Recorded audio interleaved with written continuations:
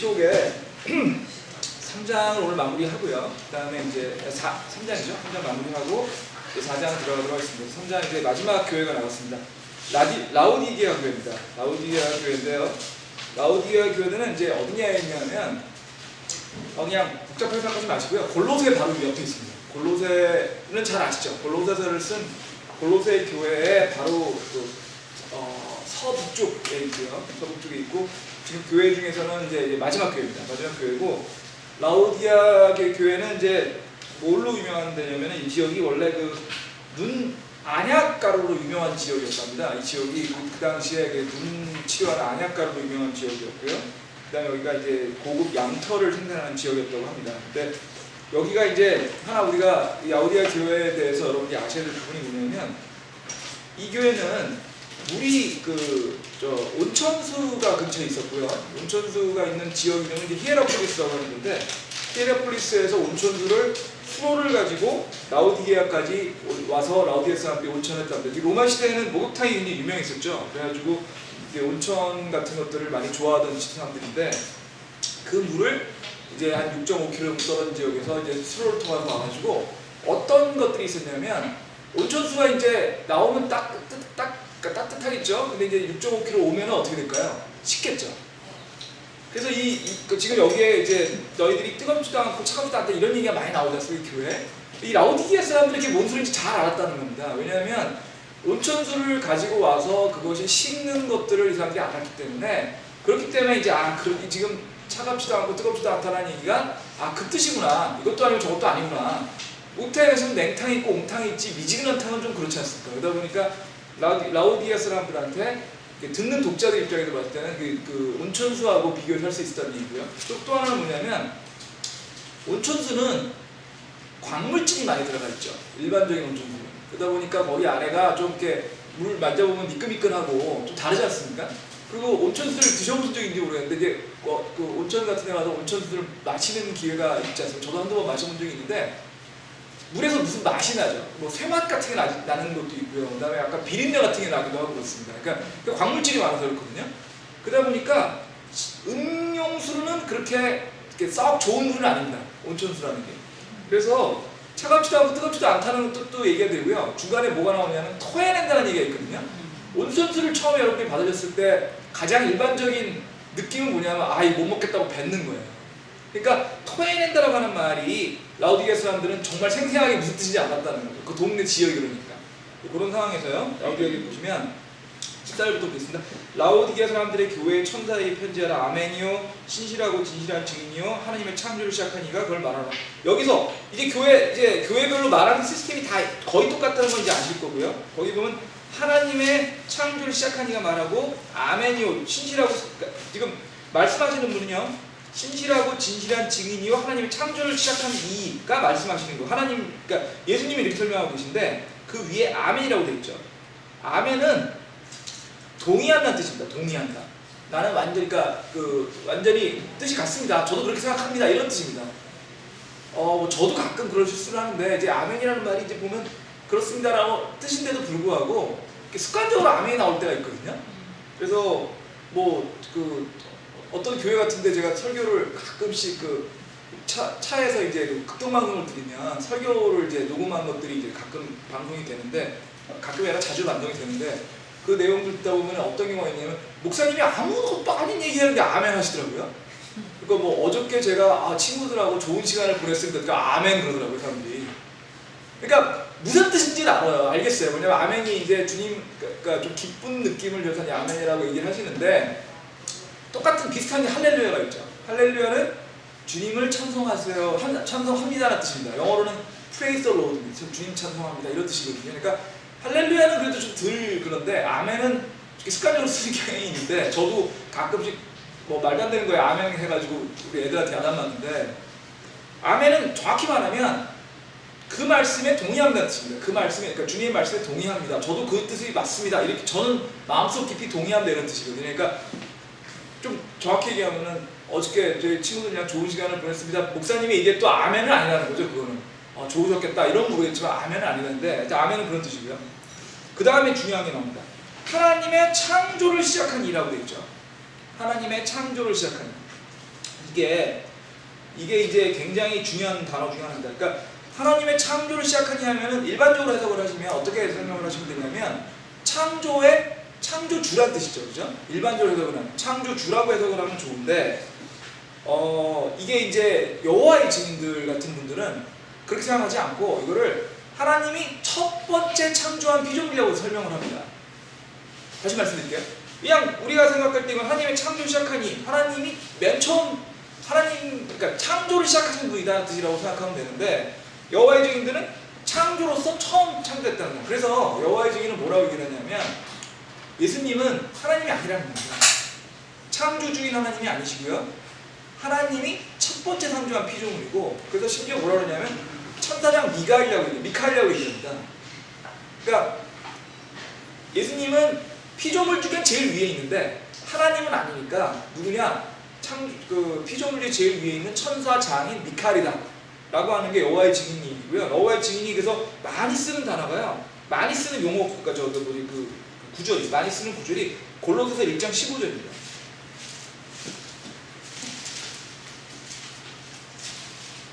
골로새 1장 15절을 보시면요. 읽어볼게요. 그분께서는 보이지 아니하는 하나님의 형상이시여. 여기까지 문제 없는데 모든 피조물의 처음 난 자신이라고 되어 있습니다. 모든 피조물의 처음 난 자신이. 그래서 이제 이걸 갖고 그렇게 설명을 하죠. 피조물이 처음 난 분이니까 예수님께서는 피조물이다 라고 얘기를 하시는데 그때 그 다음 구절 읽어보세요. 이는 그분에 의해 모든 것이 창조되었기 때문이라. 하늘에 있는 모든이나 땅에 있는 것들이나 보이는 것이나 보이지 않는 것들, 왕자들이나 통치들이나 정사들이나 권능들이나 그 모든 것이 그분에 의해 창조되고 그분을 위하여 창조되었느니라.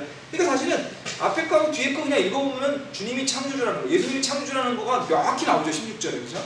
그 15절만 보면은 모든 피조물의 처음 창조자니까 피조물의 첫 번째 아니냐. 이렇게 이제 설명을 하는데 이게 영어 성경에 보면요.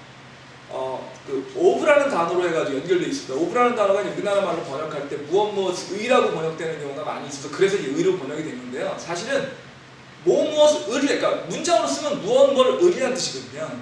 피조물을 만드신 그런 뜻이에요, 사실은. 그러니까 사실은 그런 뜻인데 이제 번역의 편의상 피조물의라고 이제 돼 있을 뿐인데 이걸 갖고 이제 그렇게들 말씀 많이 하시는데 15절, 16절을 연결해서 읽어보면 명백하죠. 주님은 창조주시라고 돼 있는 거거든요. 피조물이 아니라. 근데 여호와의 증인은 이제 그 부분에서 주님을 창조자라고 인정하지 않으니까 여호와의 증인이 이단이 된다는 이유가 가장 큰 이유가 그러니까 예수님을 창조주를 안 믿으니까 당연히 굉장히 심각한 이단이 되는 거죠. 그래서 이제 그 부분이 있었고요.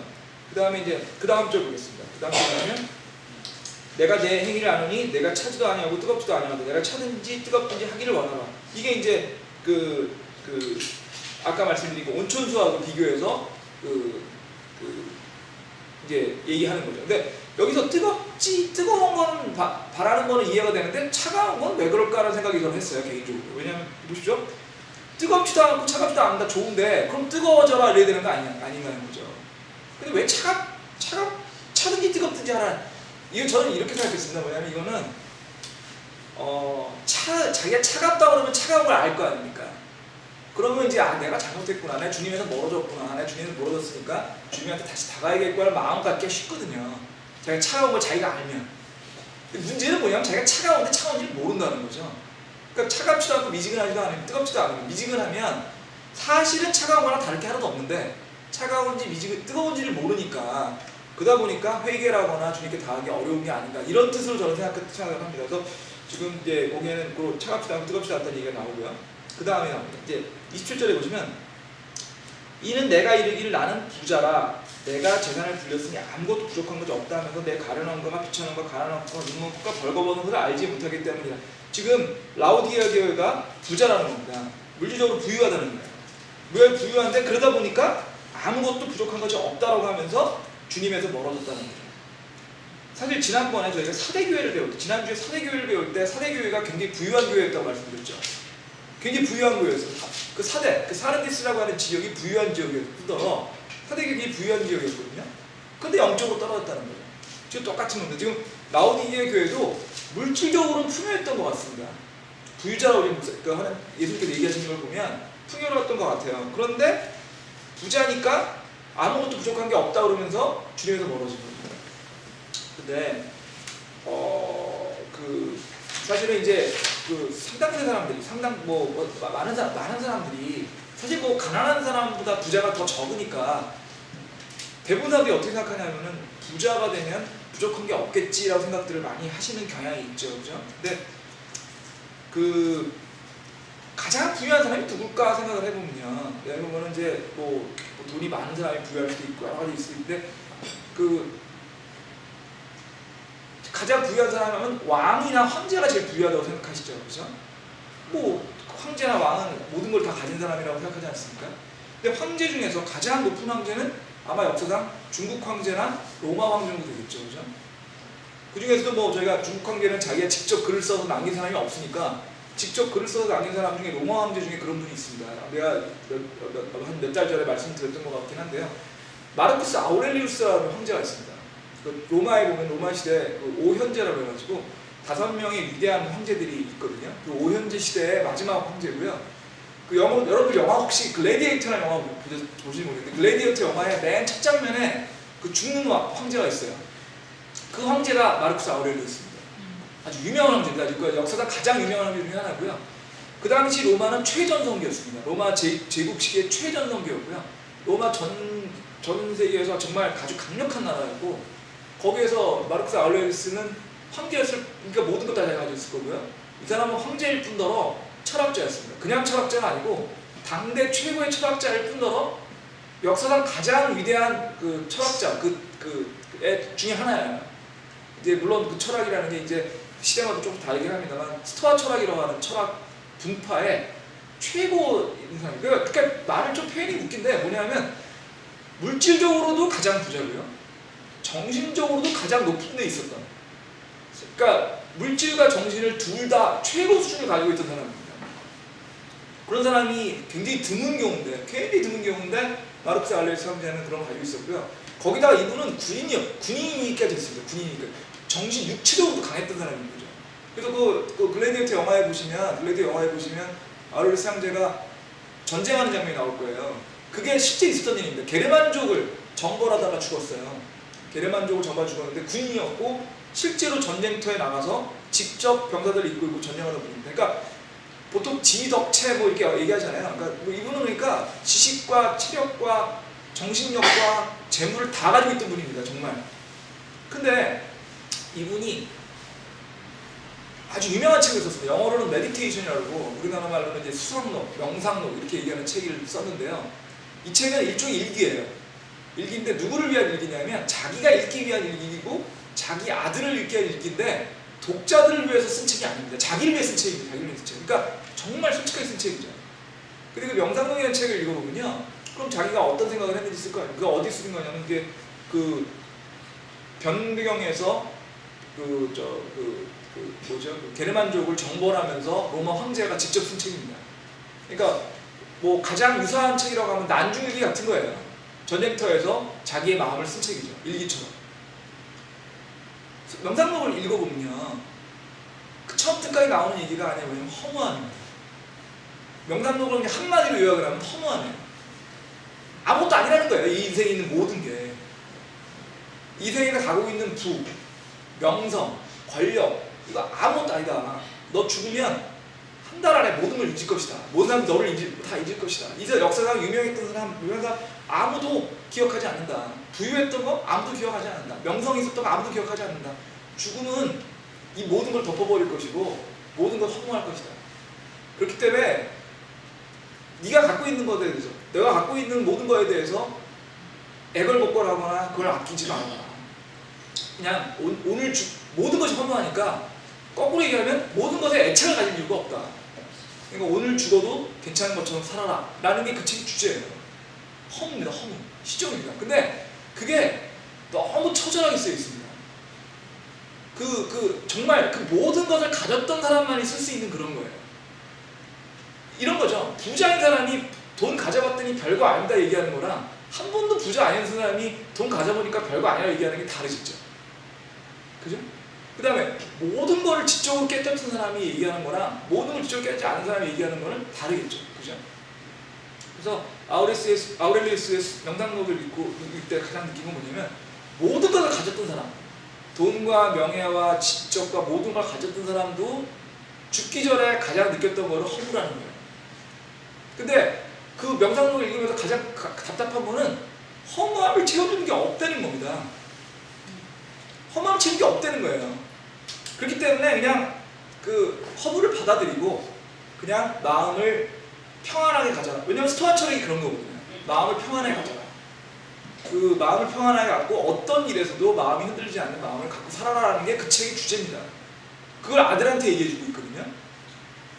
제가 이 얘기를 드리냐면 제가 뭐 누가 부유하고 누가 부유하지 않고 뭐 구별할 상황도 아니고 그걸 그런데 근데 최소한도 황제가 로마의 황제가 그렇게 얘기했다 한다면 부다 명성이 그다지 우리한테 이렇게 인생을 걸고 이렇게 중요한 것들은 아니라는 거는 명확하지 않나라는 생각을 말씀드리는 거거든요. 그래서 지금 라오디게아 사람들한테 얘기하시는 주님 말씀도 같은 맥락입니다. 같은 맥락인 게 뭐냐면 너희가 부자라고 해서 모든 게 필요 없다고 얘기하고 모든 게 얘기하지만 그게 아니라는 거죠. 너희들이 못 깨달아서 그게 아니라는 거죠. 지금 그게 아니라는 얘기를 지금 하고 있는 거고요. 그래서 아우레스 형제의 명상록에 보면 말씀하는 게 허무라고 말씀드렸잖아요. 근데 제가 개인적으로 굉장히 좋아하는 책에 파스칼이라는 사람이 있어요. 팡세라는 책이 있어요. 그 팡세도 번역한 명상록입니다. 근데 명상록 그 파스칼의 명상록에 보면 뭐라고 나왔냐면 인간한테는 마음속 깊이 큰 허무함이 있다는 거예요. 똑같아요. 아우렐리우스 형제하고 얘기가 마음속 깊이 채워질 수 없는 허무함이 있답니다. 근데 그 허무함은 누가 채울 수 있느냐? 오직 하나 주님밖에 채울 수 없다라고 써 있어요. 재밌지 않으십니까? 명상록 똑같은 명상록인데 마르쿠스 아우렐리우스나 파스칼이나 허무함이 인생의 중심에 있다는 얘기를 했는데 아우렐리우스 형제는 그 답을 못 줬어요.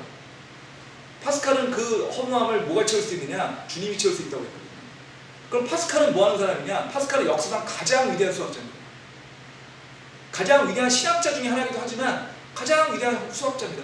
그 사람은 수학자로서 모든 그 수학 수학의 자기 발전의 그러니까 자기 연구의 핵심을 20살 때 다 이뤘습니다. 30살 이전에 은퇴했습니다. 수학자예요. 30살 이후로 시학자가 됐거든요. 그러니까 파스칼은 그러니까 역사상 최고의 천재 중에 하나예요. 뭐 우리가 알고 있는 뉴턴이나 아인슈타인보다 더 천재라고 보통 알려요. 36살에 죽었거든요. 30살까지 모든 수학을 다 끝내고 6년 동안에 그 신학으로서 이걸 다 읽고 죽었습니다. 근데 그 파스칼이 그러니까 역사 가장 위대한 천재인데요. 파스칼의 책의 핵심이 그거예요. 그 파스칼 팡의 핵심이 뭐냐면 허무함을 채울 수 있는 건 주님밖에 없다는 거예요. 자기가 근데 그 사람은 어마어마한 천재이고 지적으로 뛰어난 사람인데 모든 거를 다 최소한도 지적인 면에서 다 달성한 사람이거든요. 그리고 굉장히 부유한 사람이기도 했습니다.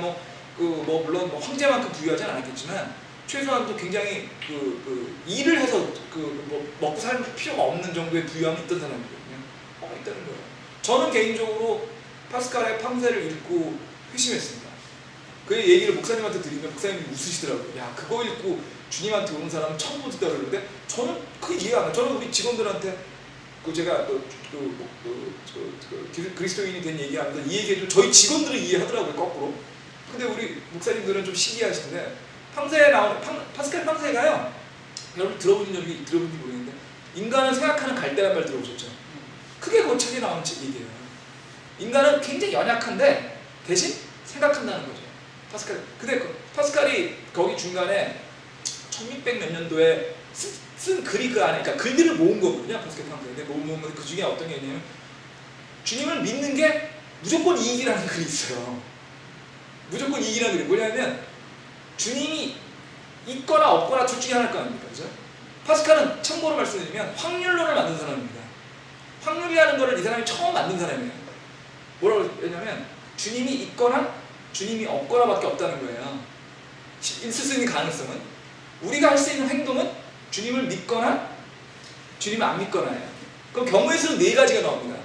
주님을 믿거나 주님을 믿는데 우리가 주님이 계신 경우, 주님을 믿는데 주님이 안 계신 경우, 주님을 안 믿었는데 주님이 계신 경우, 주님이 안 믿었는데 주님이 안 계신 경우. 그러니까 이 사람 얘기는 주님을 믿었을 때 극단적으로 주님이 안 계셔도 믿을 게 뭐 있냐는 거예요. 이 인세상에서 평안함을 믿고 살 수 있는데 그 주님 믿었는데 주님이 계셔. 죽었더니 그러면 정말 할렐루야 거든요.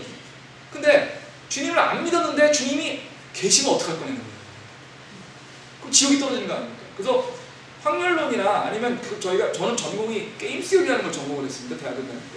게임 시어리가 뭐 이게 뭔가 싶으시겠지만 경제학 중에 하나 요즘 유행하는 전공이거든요. 게임 시어리 전공에 의하면요, 전략을 세울 때, 자기가 행동을 할 때 최선의 전략을 하는 방법이 있어요. 어떤 상황이든 최선.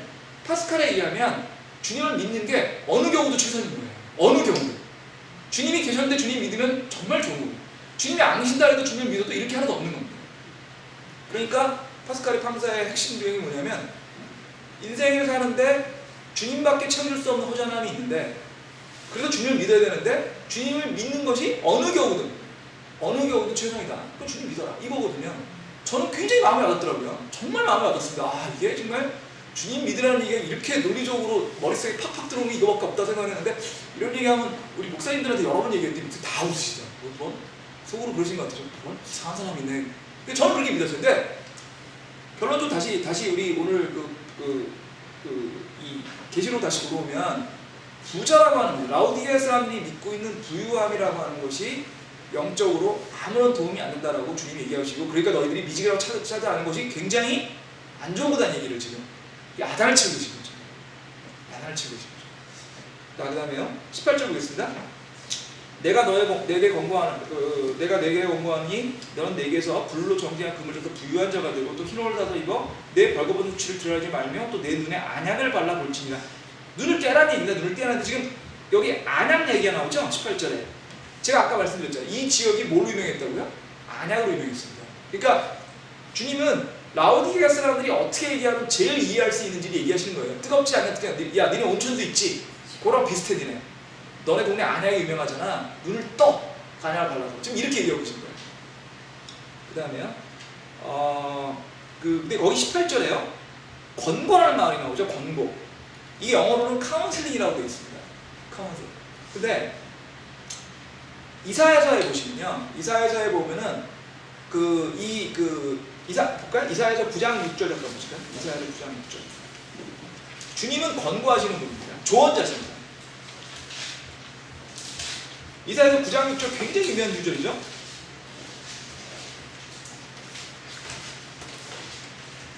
그 중간, 이는 한 아이가 우리에게 태어났고 한 아들을 우리에게 주셨는데 그의 어깨에는 정권이 놓이고 그의 이름은 놀라우니, 계획자, 강하신 하나님, 영존하는 아버지, 평화의 통치자도 있죠. 거기 보시면요, 놀라우신 이라고, 영한대학 성경이 있지만 보시, 놀라우신 이, 그 계획자가 카운슬러입니다. 놀라우신은 원더풀이라고 되어 있어요. 원더풀, 카운슬러, 계획자는 카운슬러라고 되어 있고요. 영어 성경에 보면 강하신 하나님, 마이티가, 올 마이티가 하시라고 되어 있고요.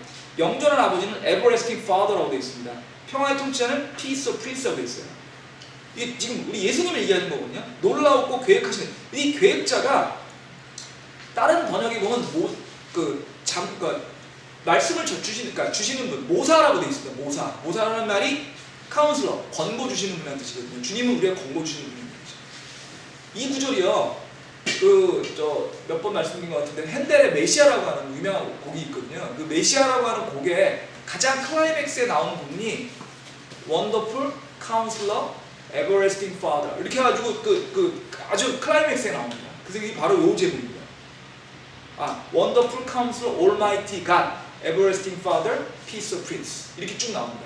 그래서 그 부분이 바로 이사야서에 나오는 요 부분을 지금 얘기하고 있어서, 그 권고라고 하는 말이 바로 지금 카운슬러하고 단어 같습니다. 지금 카운슬이라고 되어 있거든요. 그래서 그 주님에 대해서 설명하는 얘기라는 얘기고요. 그 다음 보겠습니다. 19절이 그래서 내가 사랑하니라 책망하고 징계하니 그를 열심히 하고 회개하라는 얘기죠. 회개하라는 얘기 좀 하시는 거고요.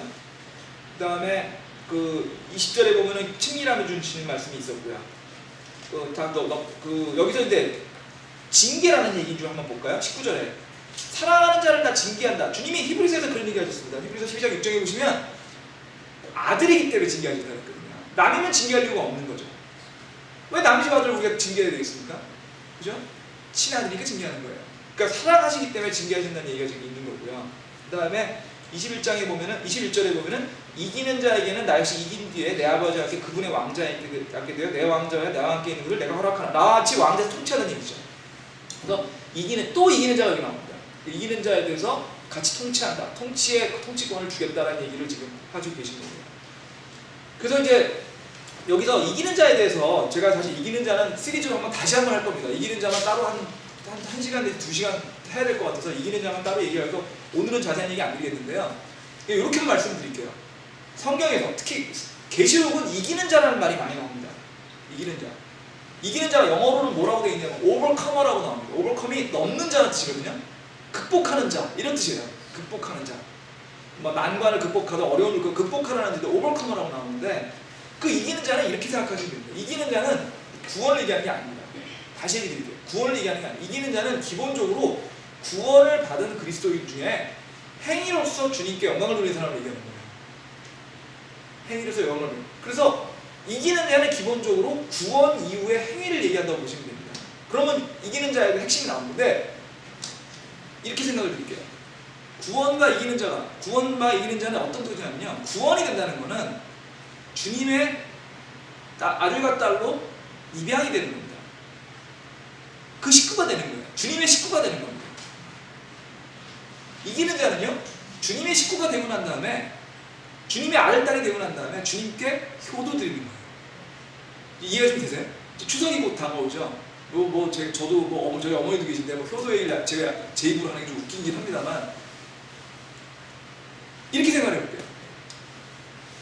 옆집에 예를 들면 저희 어머니 옆집에 지금 신혼부부가 살거든요. 신혼부부 사는데 그 신혼부부가 굉장히 이렇게 가까이 사니까 떡도 주고 그러시는 거예요. 오늘 아침에 오면서 차 타고 오면서 어머니 그러시더라고요. 떡도 돌리고 해가지고 신혼부부 아니 굉장히 많이 하시더라고요. 앞집사람을 저는 우리 앞집사람이 몇 년 됐는데도 얼굴만 알지 아무것도 모르는데 저희 어머니는 앞집사람이 직업이 뭐고 다 아세요. 그래서 아니 우리 어머니 뭐 이렇게 많이 하세요? 그랬더니 앞집사람이 신혼부부가 이사 왔는데 거기 떡도 돌리고 그래가지고 친해지셨대요. 그래가지고 굉장히 잘해주신다는 거예요. 그러니까 물론 저희 집도 저희 어머니 집에서 멀진 않지만 어쨌든 저희 어머니 집에 앞집 사람만큼 가깝진 않냐니까요. 그럼 앞집에 사는 신혼부부가 저희 어머니가 만약에 갑자기 무슨 일이 생기셨어요. 갑자기 뭐를 해달라고 그러는데 제가 갈 시간이 없어요. 예를 들면. 근데 앞집 사람이 이거 좀 해주세요. 그러면 와가지고 수돗물이 막혔는데 열어줬더라고. 이럴 수 있지 않습니까? 그죠? 그러니까 제가 할 수 없는 거를 그 앞집 사람이 할 수 있겠죠. 그 신혼부부가. 어떻게 보면은 친아들 딸보다 더 잘해줄 수도 있을 거예요. 아주 급한 상황일 경우에. 그렇지만 그 앞집 사람 그 신혼부부가 우리 어머니한테 효도라는 걸 아니라는 거죠. 왜요? 아들 딸이 아니잖아요. 저가 떨어져 있지만 제가 어머니 아버지한테 하는 거는 물론 잘 못하지만 가끔씩 잘할 때는 효도가 되죠. 왜요? 저는 어머니 아들이니까 똑같은 겁니다. 저희가 행위를 아무리 행위를 해도요 주님한테 우리가 구원받지 않으면 주님한테 영광이 가지 않습니다. 다시 말씀드릴게요. 여러분이 불교신자예요. 불교신자라는 얘기는 주님의 아들 딸이 아니잖아요. 근데 불교신자들 중에서도 굉장히 행위가 좋은 분들이 있을 수 있는 거 아닙니까? 많을 수 있죠. 오히려 굉장히 착한 분이에요. 너무 좋아요. 그냥 가난한 사람들 도와주고 어려운 사람 이런 것도 하거든요. 그런데 그럼 그게 하나님한테 영광을 돌리는 거냐? 아니라는 거예요. 왜? 주님의 아들 딸이 아니니까. 그래서 항상 이 계시록을 읽을 때 성경을 읽을 때 여기 하려면 구원을 먼저 받아야 행위가 의미가 있습니다. 다시 말씀드릴게요. 행위를 통해서 구원받지 않습니다. 행위를 통해서 구원받을 정도로 우리가 행위가 높을 수가 없거든요. 구원은 그냥 주님을 받아들이면서 있는 거예요. 받아들이면 금방 옵니다. 1초도 안 걸립니다. 주님께 영광을 돌리는 행위는 오직 구원 이후에만 나올 수 있습니다. 그건 여러분이 아들, 딸이 되고 그 다음에 하는 행위가 효도인 거하고 똑같은 거예요. 우리 어머니 앞집에 사는 신혼부부가 아무리 잘해도 효도가 아닌 것처럼 불교 신자들이 아무리 주님 믿지 않는 아무리 행위를 해도 주님께 영광이 가지 않는 거고요. 그래서 다시 말씀드리지만 이기는 자라고 하는 것은 구원이 돼서 이미 주님의 아들, 딸이 된 사람이 행위를 통해서 주님께 영광을 돌리는 것을 이기는 자라고 성경에 얘기하고 있다는 거 이해되시죠? 근데 너무 잘 아시는 얘기지만 여기 또 제가 성경 공부를 시작한 지 거의 한 17개월, 16개월 정도 된 것 같은데 제가 성경 공부 첫 시간에 얘기했던 들이 다시 드릴게요. 제가 성경 공부 첫 시간에 제가 구원에서 얘기 드렸어요. 구원 얘기 드렸는데 다 인정을 했겠지만 구원 얘기 다시 한번 정리해보면 구원은 주님의 은혜로 받습니다. 행위로 받는 게 아닙니다. 그거 다 아시죠? 근데 왜라고 생각해 보셨냐고요. 왜 구원을 행위로 못 받을까? 그 생각 안 해보셨죠? 저는 성격 이상해서 그거 생각해봤습니다. 왜 구원 행위로 못 받을까? 왜 은혜로만 받아야 될까? 근데 그 답을 못 받았었어요. 그 답을 못 찾았습니다, 제가. 근데 그 답을 명쾌하게 한마디로 설명하신 글을 읽었어요. 그리고 사실은 그러니까 구원 받은 이후에 읽었는데, 은명리 목사님이라고 아시잖아요. 우리 그 목사님하고, 우리 목사님이 원래 제일침례교회 부목사님이셨잖아요. 그래서 제일침례교회 목사님 은명리 목사님이신데, 은명리 목사님이 쓰신 글 중에 그렇게 돼 있더라고요. 죄라고 하는 것은, 구원 이전에 죄라고 하는 것은, 죄를, 여러분들 그 죄할 때 이런 얘기 많이 들으시죠? 죄가 뭐 10계명 중에 하나라도 어기면 죄 아니냐. 그러니까 우리 거짓말을 맨날 하니까 죄. 그 저는 솔직히 좀 마음에 안 갔더라고요. 죄형 법정유기가 있는데 죄에 따라서 법대로 아니 효도 안 하고 백보양보에서 효도 안 해서 죽는 거는 이해가 되는데 거짓말 안 해서 죽는 건 좀 억울한 거 아닌가 생각이 들었었어요. 왜 죄도 여러 차이가 있는데 10계명 중에 큰 죄도 있고 작은 죄도 있는데 왜 큰 죄도 죽고 작은 죄도 죽어야 되나? 말이 안 되는 거 아닌가? 그랬거든요. 근데 그분이 뭐라고 설명을 하셨냐면 죄의 정의는 완전하지 않은 겁니다. 완벽하지 않은 겁니다. 그러니까 주님과 같이 완벽하지 않은 건 무조건 죄입니다. 그러니까 피조물이라면 무조건 죄가 있는 거예요. 그래서 죄의 값이 사망인 겁니다. 완전하지 않다는 뜻은 뭐죠? 유한하다는 얘기거든요.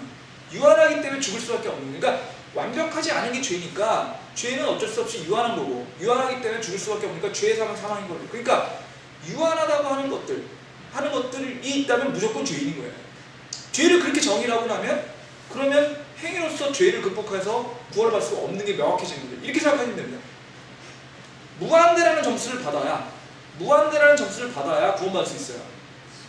근데 행위로서 우리가 할 수 있는 거는 1점, 2점, 3점, 4점, 만화의 10점이라는 얘기입니다. 무한대의 입장에서 봤을 때 1점하고 10점, 그러니까 무한에서 봤을 때 1점하고 10점의 차이는 없다는 거죠. 어차피 무한을 받아야 돼요. 우리 행위가 그런 거예요. 유한한 사람 유한한 죄의 입장에서 무한을 어차피 갈 수 없기 때문에 우리가 행위를 아무리 잘하든 아무리 못하든 그게 구원하고 상관할 수 없다는 거죠. 그러니까 구원은 결국 주님이 우리에게 은혜를 베푸지 않는, 왜냐면 어차피 무한을 보는 거니까 그런 거고, 단지 구원받고 난 다음에 행위를 할 수 있습니다. 그 행위, 구원받고 난 다음에 행위가 자연스럽게 나와야 됩니다. 왜냐면 구원받아서 주님한테 영광 돌리고 싶은 마음이 행위가 되기 때문에. 근데 그 행위를 돌릴 때마다 주님한테 영광이 돌아가게 되는데, 그걸 성경에도 뭐라고 하느냐? 이기는 자라는 거예요. 이해되시죠? 이기는 자가 그거. 그래서 요 얘기를 1시간 내지 2시간에 걸쳐서 제가 다시 한번 정리를 해드릴게요. 왜냐하면 이기는 자가 이게 구원이냐 아니면 구원이 행위냐가 되게 헷갈리게 되어 있습니다. 읽다 보면. 그래서 그거를 설명을 좀 드리려고 하고요. 자, 이걸 가지고 이제 요한계시록 2장 3장이 끝났습니다. 2장 3장은 끝났는데요. 요한계시록에 나오는 7교회에 대해서 얘기 드렸죠. 7교회는 다 실존했던 교회입니다. 다 있었던 교회고요. 현실적으로 있었던 교회입니다. 근데 이 교회는 또 나아가서는 단순히 실존했던 교회일 뿐더러 이 교회는 현존하고 있는, 역사상에 있거나 현존하고 있는 교회들의 7가지 유형입니다. 일종의 모형인 거죠. 그러니까 모든 교회가 이 17개의 교회의 특징을 가지고 있을 거예요. 뭐 필라델피아 교회의 특징도 가지고 있을 거고, 라우디게아 교회의 특징을 가지고 있고, 사대교회의 특징을 가질 수 있겠죠. 현대교회, 지금 우리가 살고 있는 교회는 주로 어떤 교회냐 그러면 어떤 분들은 라우디게아 교회 같다 라고 말씀 많이 하세요. 라우디게아 교회처럼 차지도 않고 미지근하다. 근데 좀 더 공격적으로 얘기하시는 분은 사대교회 같다고 얘기하시도 하세요. 믿음이 없다는 거죠. 교회에 모이긴 하는데. 저도 개인적으로 사대교회 비슷하다고 생각합니다. 부유하죠? 부유합니다. 어떤 고통도 받지 않거든요. 믿음을 하면서 고통받지 않습니다. 현대사회에서는. 근데 그러니까 믿음에 대한 열이나 이런 것들이 식었다는 거죠. 많이.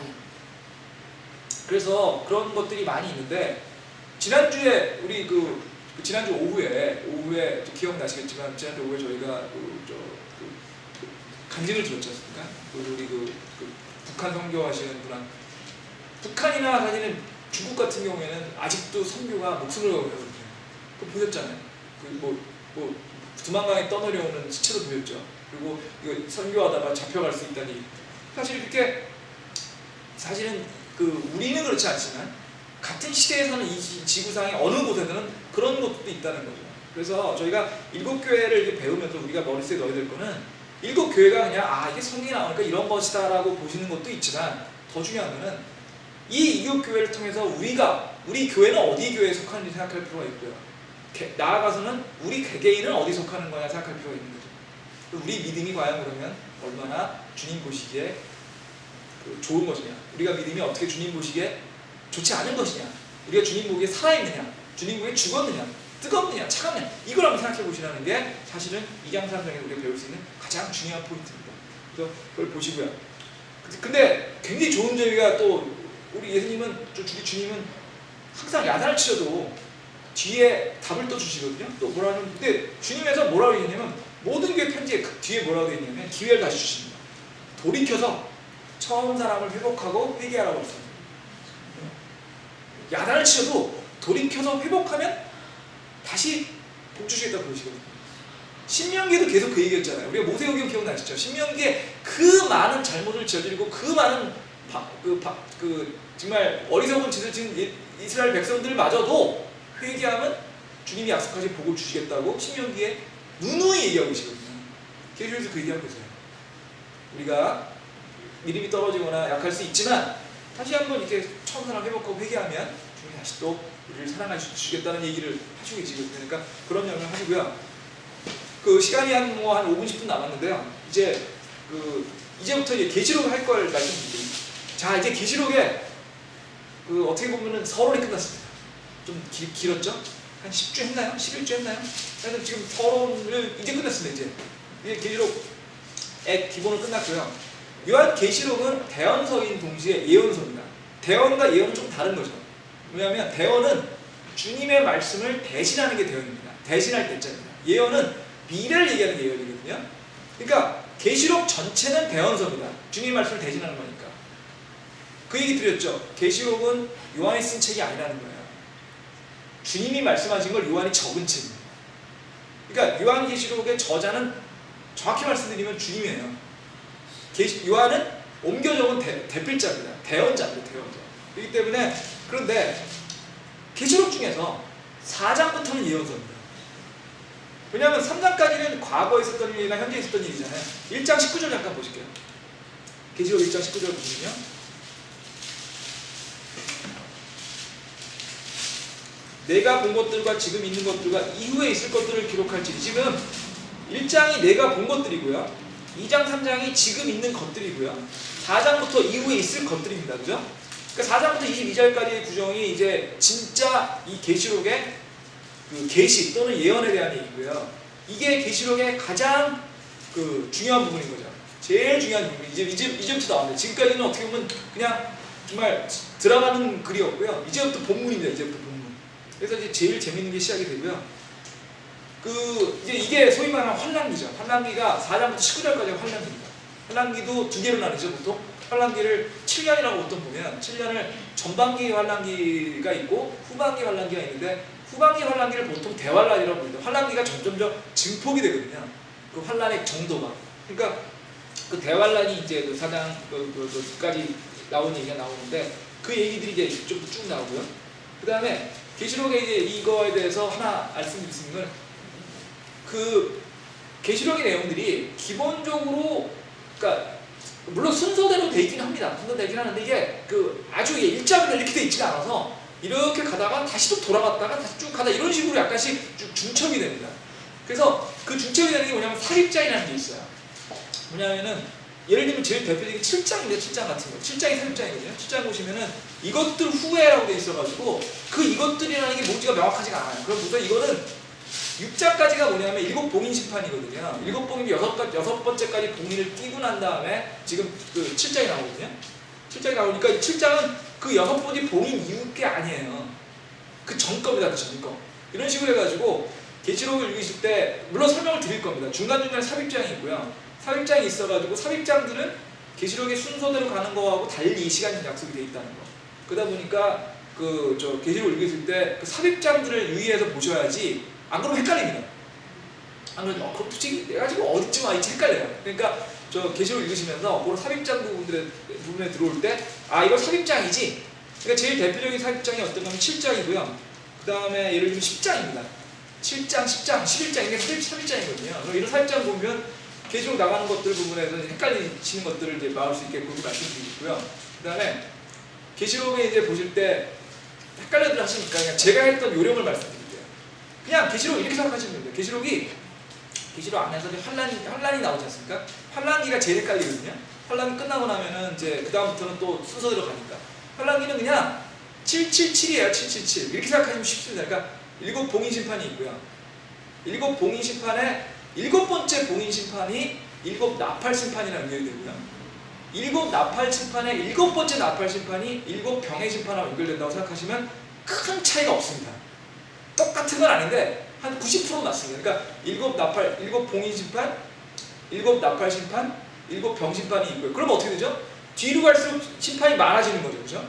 7 나팔 심판에, 7 봉인 심판, 7 나팔이 있고요. 7 나팔에 7 병인 심판이 연결되니까 이렇게 뒤로 갈수록 강도가 커져요.